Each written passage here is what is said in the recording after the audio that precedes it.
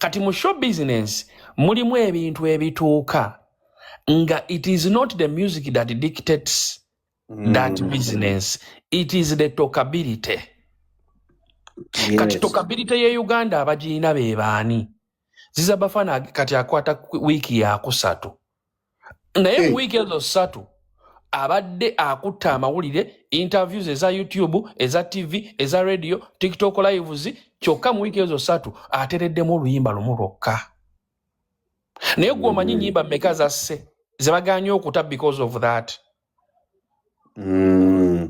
Kakati abayimbi abasajja bo bayina lo nti Lilupaza agenda kuvayo yevume negundi. Abayimbi abakazi, there is a limitation on them that they are not aggressive in this industry. Chovolaba abantu abali aggressive mu industry nga abakazi Anko Chumi asobola ogipenetratinga n'ennyimba bbiri ne ziyitamu.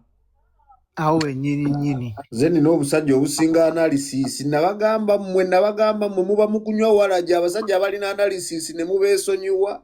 Kati penetrating amu ne gwo kutegomba na penetrating amu ne nyimba endala lwaki she has masculine energy on her. Engeri gye yeeyisaamu n'engeri gy'akwatamu ebintu it is masculine, ngeri ya kisajja. Nti Anko Chumi tagenda kutya mutunuzaamu kamera agamba olinga amatako ga Bafana. I'm sorry to use the word. Nange saagala nnyo muntu agakozesa. Naye ate azawi onomutunuzaamu kamera akyogere, she's going to shy away oba wanaaba akyogedde ate nkyakole statement nga akiretractinga nga yeetonda.